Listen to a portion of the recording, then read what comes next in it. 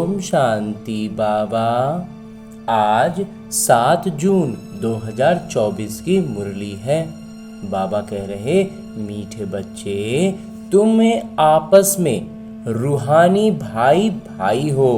तुम्हारा एक दूसरे से अति प्यार होना चाहिए। तुम प्रेम से भरपूर गंगा बनो। कभी भी लड़ना झगड़ना नहीं। आगे आज की मुरली से लिया गया प्रश्न है कि रूहानी पिता को कौन से बच्चे बहुत बहुत प्यारे लगते हैं। उत्तर बतलाते हैं मेरे बाबा कि जो श्रीमत पर सारे विश्व का कल्याण कर रहे हैं। दूसरे वो जो फूल बने हैं, कभी भी किसी को कांटा नहीं लगाते। आपस में बहुत बहुत प्यार से रहते हैं, कभी रूसते नहीं, रूसा रूसी नहीं करते हैं। ऐसे बच्चे बाबा को बहुत बहुत प्यारे लगते हैं। जो देह अभिमान में आकर आपस में लड़ते हैं, लून पानी होते हैं, वो बाबा की इज्जत गंवाते हैं। वो बाबा की निंदा कराने वाले निंदक हैं। ओम शांति। जैसे रूहानी बच्चों को अब रूहानी बाबा प्यारे लगते हैं, वैसे रूहानी पिता को रूहानी बच्चे भी प्यारे लगते हैं, क्योंकि श्रीमत पर सारे विश्व का कल्याण कर रहे हैं। कल्याणकारी सब प्यारे लगते हैं। तुम भी आपस में भाई भाई हो तो तुम भी जरूर एक दूसरे को प्यारे लगेंगे। बाहर वालों से इतना प्यार नहीं रहेगा जितना बाबा के बच्चों का आपस में होगा। तुम्हारा भी आपस में बहुत बहुत प्यार होना चाहिए। अगर भाई भाई यहाँ ही लड़ते झगड़ते हैं या प्यार नहीं करते तो वो भाई नहीं ठहरे। तुम्हारा आपस में प्रेम होना चाहिए। बाबा का भी आत्माओं से प्रेम है ना, तो आत्माओं का भी आपस में बहुत प्रेम होना चाहिए।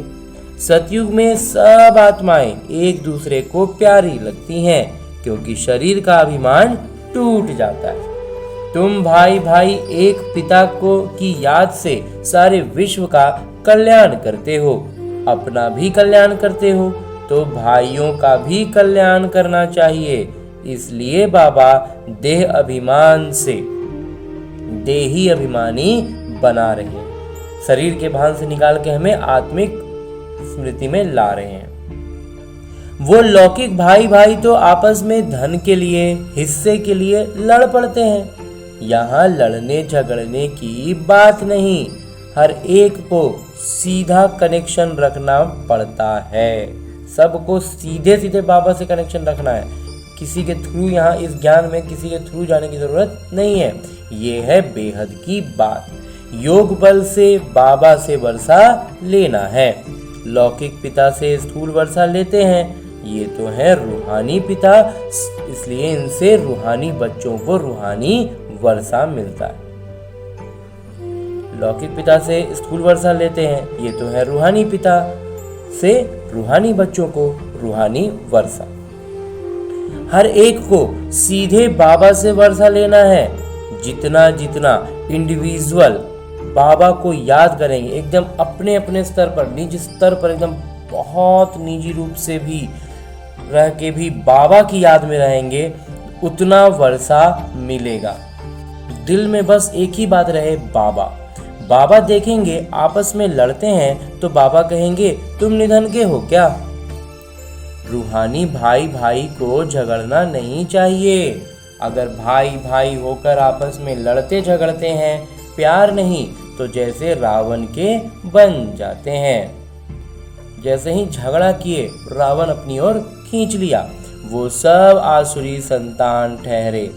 फिर दैवी संतान और आसुरी संतान में जैसे कि फर्क नहीं रहता, क्योंकि देही अभिमान बनकर ही लड़ते हैं। लड़ाई का मतलब ही है कि शरीर के भान में आ गए। आत्मा आत्मा से लड़ती नहीं है। इसलिए बाबा कहते हैं, मीठे मीठे बच्चे, आपस में लून पानी नहीं होना। होते हैं तब समझाया जाता है। जब अगर हो गए, देह भान आ गया, तो फिर उनको समझाया जाता है कि कैसे रावण लपेट लिया, खींच लिया। तो फिर बाबा कहेंगे ये तो देह अभिमानी बच्चे हैं, तो शरीर के भान में रहते हैं। रावण के बच्चे, शरीर का भान का मतलब रावण का बच्चा, हमारे तो नहीं है, क्योंकि आपस में लून पानी होकर रहते हैं। तुम 21 जन्म क्षीर खंड होकर रहते हो, इस समय देही अभिमानी बनकर रहना है। अभी हमें आत्माभिमानी बनकर रहना है। अगर आपस में नहीं बनती है तो उस समय के लिए रावण संप्रदाय समझना चाहिए। मतलब यहाँ रावण हावी हो रहा है, ये बुद्धि में सजगता आनी चाहिए। आपस में लून पानी होने से बाबा की इज्जत गंवाएंगे। भल ईश्वरीय संतान कहते हैं, परंतु आसुरी गुण है तो जैसे देह अभिमानी है, मतलब शरीर का भान आया है तभी आसुरी गुण झलक रहे हैं। तो देही अभिमानी यानी आत्म अभिमानी में ईश्वरीय गुण होते हैं। यहाँ तुम ईश्वरीय गुण धारण करेंगे तभी बाबा के साथ में ले जाएंगे, बाबा तभी साथ ले जाएंगे, फिर वही संस्कार साथ में जाएंगे। तो फिर वही दैवी संस्कार साथ में जाएंगे। बाबा को मालूम पड़ता है कि बच्चे देह अभिमान में आकर लून पानी होकर रहते हैं। देह अभिमान आता है, लून पानी होकर रहते हैं, वो ईश्वरीय बच्चे कहला ना सकें। कितना अपने को घाटा डालते हैं, एक गलती और सारा घाटा हो जाता है। माया के वश हो जाते हैं, आपस में लून पानी, नमक पानी मतभेद हो जाते हैं। यूं तो सारी दुनिया ही लून पानी है, लेकिन अगर ईश्वरीय संतान भी लून पानी हो तो बाकी फर्क क्या रहा। वो तो बाबा की निंदा कराते हैं। बाबा की निंदा कराने वाले लून पानी होने वाले ठौर पा ना सकें, उनको नास्तिक भी कह सकते हैं। आस्तिक होने वाले बच्चे कभी लड़ नहीं सकते। तुम्हें आपस में लड़ना नहीं है, प्रेम से रहना, यहाँ ही सीखना। यही तो सीखना है कि प्रेम से हमें कैसे रहना है। जो फिर 21 जन्म आपस में प्रेम रहेगा, बाबा के बच्चे कहलाकर फिर भाई भाई नहीं बनते तो वो आसुरी संतान ठहरे। मन में विकार है मतलब शरीर का भान है, और मतलब वो बाबा कहते वो मेरे बच्चे ही नहीं ठहरे। बाबा बच्चों को समझाने के लिए मुरली चलाते हैं, लेकिन देह अभिमान के कारण उन्हों को ये भी मालूम नहीं पड़ता कि बाबा हमारे लिए कह रहे हैं। वो मुरली पढ़ भी लेंगे, मुरली सुन भी लेंगे, उनको पता ही नहीं चलेगा कि बाबा मेरे लिए ये कह रहे थे। माया बड़ी तीखी है, जैसे चूहा काटता है तो मालूम ही नहीं पड़ता है, माया भी बड़ी मीठी मीठी फूंक दे और काट लेती है, पता भी नहीं पड़ता है। आपस में रूसना आदि आसुरी संप्रदाय का काम है। रूसना, रूठना, ये सब आसुरी संप्रदाय का काम है। बहुत सेंटर्स में लून पानी होकर रहते हैं। अभी कोई परफेक्ट तो बने नहीं है, कोई भी एकदम पूरा परिपूर्ण तो हुआ नहीं है। माया वार करती रहती है, तो माया भी क्या करती है, अपना काम करते रहती है। माया ऐसा माथा मूड़ लेती है जो पता नहीं पड़ता है। अपने दिल से पूछना है कि हमारा आपस में प्रेम है व नहीं। प्रेम के सागर के बच्चे हो तो प्रेम से भरपूर गंगा बनना चाहिए। अथाह प्रेम हो दिल में सब के लिए। लड़ना झगड़ना, उल्टा सुल्टा बोलना, इससे न बोलना अच्छा है, इससे तो नहीं बोलने तो अच्छा है। ये सब हियर नो एविल, बुरा न सुनो, उधर विकार की तरफ जाओ। अगर किसी में क्रोध का अंश है तो वो प्रेम नहीं रहता है। इसलिए बाबा कहते हैं रोज अपना पोता मेल निकालो। आसुरी चलन सुधरती नहीं तो फिर नतीजा क्या निकलता है, क्या पद पाएंगे। बाबा समझाते हैं कोई सेवा नहीं करेंगे तो फिर क्या हालत हो जाएगी, पद कम हो जाएगा। साक्षात्कार तो सबको होना ही है, तुमको भी अपनी पढ़ाई का साक्षात्कार होता है। साक्षात्कार होने के बाद ही फिर तुम ट्रांसफर होते हो। ट्रांसफर होकर तुम नई दुनिया में जाएंगे। पिछाड़ी में अंत में सब साक्षात्कार होगा, कौन कौन किस अंक से पास हुआ है, कौन कितना अंक लाया ना, सबका साक्षात्कार बाबा बोलते कराएंगे। फिर रोएंगे, पीटेंगे, सजाएं भी खाएंगे, पछताएंगे, बाबा का कहना नहीं माना।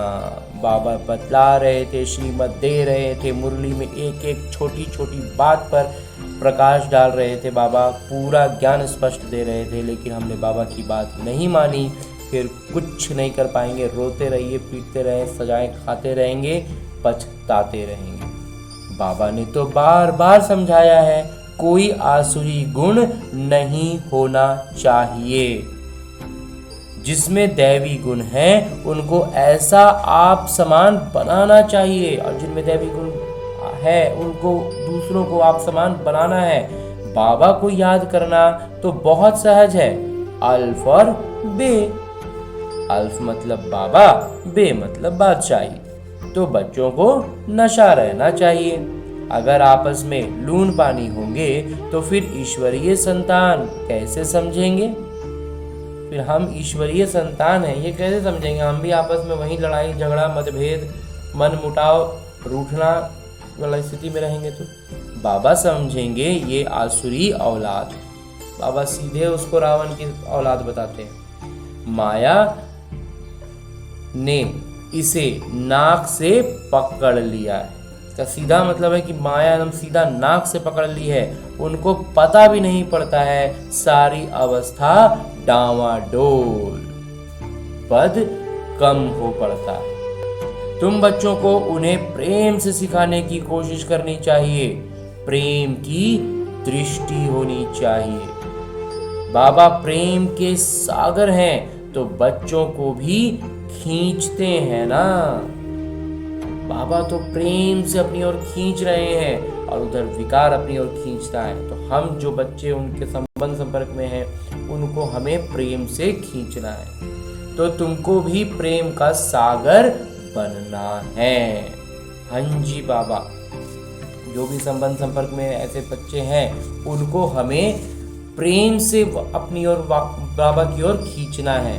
वो आसुरी संप्रदाय हो गए हैं, वो आसुरी संप्रदाय उन पर हावी हो गया है, माया ने नाक से पकड़ लिया है। तो हमें दृष्टि बाबा कहते हैं प्रेम का देना है।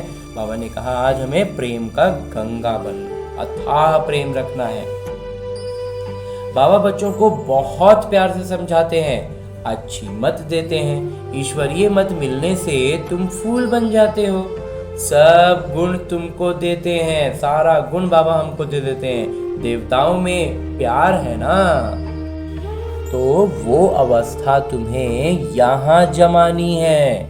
इस समय तुमको ज्ञान है, फिर देवता बन गए तो ज्ञान नहीं रहे। अभी तो ज्ञान बाबा दे रहे हैं ना, तो ज्ञान से हमें वो अवस्था लाना तो बहुत सहज लगेगा, लेकिन जब ज्ञान नहीं रहेगा तो सिर्फ वो अवस्था रहेगी। तो हमें इसलिए बाबा कहते हैं अभी ज्ञान दे रहे हैं ना, अभी वो अवस्था अपना ठीक कर लो। वहाँ दैवी प्यार ही रहता है, तो बच्चों को अब दैवी गुण भी धारण करने हैं। अभी तुम पूज्य बनने के लिए पुरुषार्थ कर रहे हो, अभी संगम पर हो। बाबा भी भारत में आते हैं, शिव जयंती मनाते हैं, परंतु वो कौन है, कैसे, कब आते हैं, क्या करते हैं ये नहीं जानते। तुम बच्चे भी अभी नंबरवार पुरुषार्थ अनुसार जानते हो। जो नहीं जानते वो किसी को समझा भी नहीं सकते, फिर पद कम हो जाता है। स्कूल में पढ़ने वालों में कोई की चलन खराब होती है तो कोई की सदैव अच्छी चलन भी रहती है।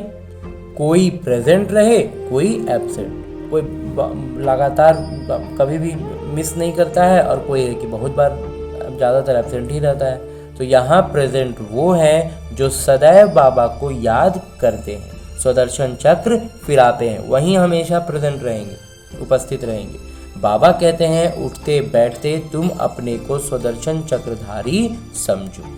भूलते हो तो एब्सेंट हो जाते हो, बाबा को भूल गए मतलब एब्सेंट कर गए। तो जब सदैव प्रेजेंट होंगे तब ही उच्च पद पाएंगे, भूल जाएंगे तो पद कम पाएंगे। बार बार भूलते रहेंगे बाबा को, एब्सेंट करते रहेंगे, अनुपस्थित होंगे तो पद भी कम हो जाएगा। तो बाबा जानते हैं अभी समय पड़ा है। ऊंच पद पाने वालों की बुद्धि में ये चक्र फिरता होगा। कहा जाता है शिव बाबा की याद हो, मुख में ज्ञान अमृत हो, तब प्राण तन से निकले। अगर कोई चीज से प्रीत होगी तो अंतकाल में वो याद आती रहेगी। खाने का लोभ होगा तो मरने के समय वो चीज ही याद आती रहेगी, ये खाऊं, फिर पद भ्रष्ट हो पड़ेगा। बाबा तो कहते हैं सुदर्शन चक्रधारी होकर मरो और कुछ भी याद ना आए, बगैर कोई संबंध। जैसे आत्मा आई है वैसे जाना है। लोभ भी कम नहीं। लोभ है तो पिछाड़ी समय वही याद आता रहेगा, नहीं मिला तो उसी आश में मर जाएंगे। इसलिए तुम बच्चों में लोभ आदि भी नहीं होना चाहिए।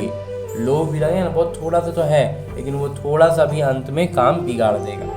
तो बाबा समझाते तो बहुत हैं, परंतु समझने वाले कोई समझें। समझने वाले बहुत कम ही बच्चे हैं जो समझते हैं बात को गहराई से। बाबा की याद को एकदम सीने से लगा दो। बाबा, ओहो बाबा, मेरे बाबा इतना गहरा ज्ञान हमें देते हैं। बाबा बाबा मुख से कहना भी नहीं है, ऐसा भी नहीं कि खाली अजबा जाप चलता रहे।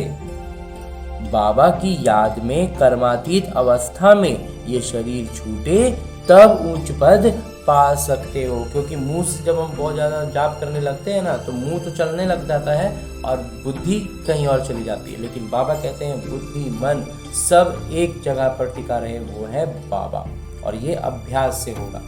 तो हमें मुंह का अभ्यास नहीं बनाना है, हमें अपनी बुद्धि का, मन का अभ्यास बनाना है कि वो जब भी टाइम मिले, जब भी फुर्सत हो, जब भी काम में व्यस्त हो, उसी समय बाबा की याद में निरंतर खोए रहे। अच्छा, मीठे मीठे सिगिलदे बच्चों प्रति माता पिता बाबा का याद, प्यार और आशीर्वाद। रूहानी बाबा की रूहानी बच्चों को नमस्ते। हम रूहानी बच्चों की ओर से रूहानी माता पिता बाबा का याद, प्यार और प्रणाम। धन्यवाद बाबा, धन्यवाद। मुरली के लिए भी धन्यवाद और इस अनूठे अलौकिक ब्राह्मण जीवन के लिए भी बहुत बहुत बहुत धन्यवाद बाबा, बहुत धन्यवाद। आगे आज की मुरली से लिए गए वो प्रमुख बिंदु हैं जिन्हें हमें अपने ब्राह्मण जीवन में धारण करने हैं। उनमें सबसे पहले है कि प्रेम से भरपूर गंगा बनना है। सबके प्रति प्रेम की दृष्टि रखनी है। कभी भी मुख से उल्टे बोल नहीं बोलने हैं किसी भी चीज में। और दूसरा है कि किसी भी चीज में लोभ नहीं रखना है। सुदर्शन चक्रधारी होकर रहना है। अभ्यास करना है कि अंत समय कोई भी चीज याद न आए। तो उसके लिए अभी ही कभी भी कोई भी बात हो, उस चीज को, उस वस्तु को, उस व्यक्ति, उस स्थान, किसी भी चीज को याद ना करें। जो हो गया सो नाटक। और बस आगे अपना पुरुषार्थ बाबा की याद में, बाबा के ज्ञान के मंथन में। और आगे मेरे बाबा वरदान दे रहे हैं। वरदान देते हुए मेरे बाबा कहते हैं, पुराने शरीर व दुनिया की सर्व आकर्षणों से सहज और सदा दूर रहने वाले राज ऋषि भव। राज ऋषि अर्थात एक तरफ सर्व प्राप्ति का अधिकार का नशा और दूसरी तरफ बेहद के वैराग्य का अलौकिक नशा। वर्तमान समय इन दोनों अभ्यास को बढ़ाते चलो। वैराग्य मतलब किनारा नहीं, लेकिन सर्व प्राप्ति होते भी हद की आकर्षण मन बुद्धि को आकर्षण में नहीं लाए। संकल्प मात्र भी अधीनता न हो, इसको कहते हैं राज ऋषि अर्थात बेहद के वैरागी। ये पुराना शरीर व शरीर की पुरानी दुनिया, व्यक्त भाव, वैभवों का भाव, इन सब आकर्षणों से सदा और सहज दूर रहने वाले।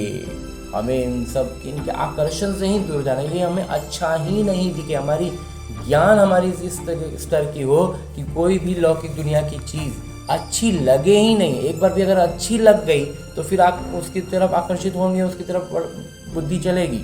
वो एक बार में ही अच्छी नहीं लगे, एकदम बेकार है, इस दुनिया का कोई भी चीज़ हमको पसंद आएगा ही नहीं। ये मानसिकता, ये सोच हमारी ज्ञान से आनी चाहिए।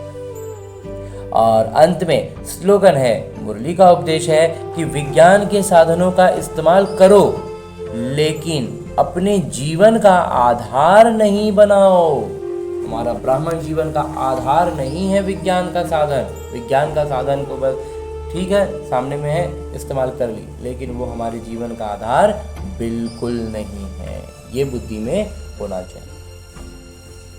और आगे है मातेश्वरी जी के मधुर महावाक्य, मम्मा की मीठी बातें। मम्मा कहती हैं, देखो मनुष्य कहते हैं कौरवों और पांडवों की आपस में कुरुक्षेत्र में लड़ाई लगी है, और फिर दिखलाते हैं पांडवों का साथी निर्देश देने वाले श्री कृष्ण थे। तो जिस तरफ स्वयं प्रकृति पति है उसकी तो विजय जरूर होगी। देखो सभी बातें मिला दी। अभी पहले तो इस बात को समझो कि प्रकृति पति तो परम आत्मा है, श्री कृष्ण तो सतयुग के पहले देवता है, तो पांडवों का सारथी तो परमात्मा थे। अब परमात्मा हम बच्चों को कभी हिंसा सिखला नहीं सकते हैं। न पांडवों ने हिंसक लड़ाई कर स्वराज्य लिया, न ही उन जो परम पिता है वो हमें हिंसा सिखलाएंगे, और न ही पांडवों ने हिंसा करके स्वराज्य लिया। ये दुनिया कर्म क्षेत्र है, जिसमें मनुष्य जैसा जैसा कर्म कर बीज बोता है वैसा अच्छा व बुरा फल भोगता है। जिस कर्म क्षेत्र पर पांडव अर्थात भारत माता शक्ति अवतार भी मौजूद हैं, परमात्मा भारत खंड में ही आते हैं, इसलिए भारत खंड को अविनाशी कहा जाता है। परमात्मा का अवतरण खास भारत खंड में हुआ है, क्योंकि अधर्म की वृद्धि भी भारत खंड से हुई है। वहां ही परमात्मा ने योग बल द्वारा कौरव राज्य खत्म कर पांडवों का राज्य स्थापन किया।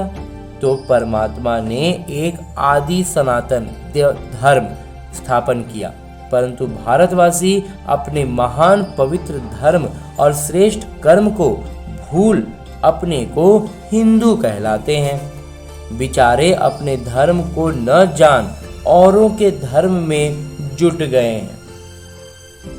तो ये बेहद का ज्ञान बेहद का मालिक खुद ही बताते हैं। ये तो अपने स्वधर्म को भूल हद में फंस गए हैं, जिसको कहा जाता है अति धर्म ग्लानि। क्योंकि ये सब प्रकृति के धर्म हैं, परंतु पहले चाहिए स्वधर्म। तो हर एक का स्वधर्म है कि मैं आत्मा शांत स्वरूप हूँ। फिर अपने प्रकृति का धर्म है देवता धर्म। ये 33 करोड़ भारतवासी देवताएं हैं। तभी तो परमात्मा कहते हैं अनेक देह के धर्मों का त्याग करो, सर्वधर्मानि परित्यज्य। इस हद के धर्म में इतना आंदोलन हो गया है, धर्म के में आ गए ना, इसलिए इतना आंदोलन हो गया। तो अब इन हद के धर्मों से निकल बेहद में जाना है। उस बेहद के पिता सर्वशक्तिवान परमात्मा के साथ योग लगाना है। तो सर्वशक्तिवान प्रकृति पति परमात्मा है, न कि श्री कृष्ण। तो कल्प पहले भी जिस तरफ साक्षात प्रकृति पति परमात्मा थे उनकी विजयी गाई हुई है। तो कल्प पहले भी यही हुआ था कि साक्षात प्रकृति पति परम पिता परमात्मा पांडवों की तरफ थे, तो उनकी जीत हुई थी। अच्छा, ओम शांति।